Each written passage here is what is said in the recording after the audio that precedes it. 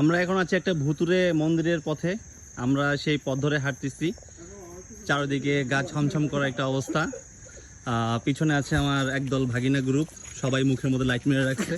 এটা হলো রাফি, এটা রাতুল, এটা রনক।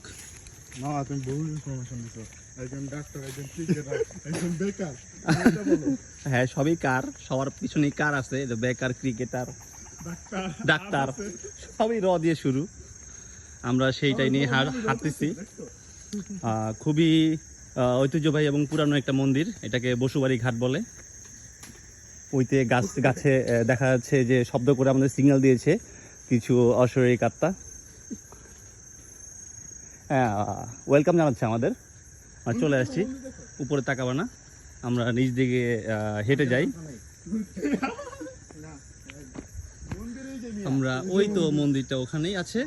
এটা হলো সেই ভাঙা ঘাট, ভয়ঙ্কর পোড়াবাড়ি।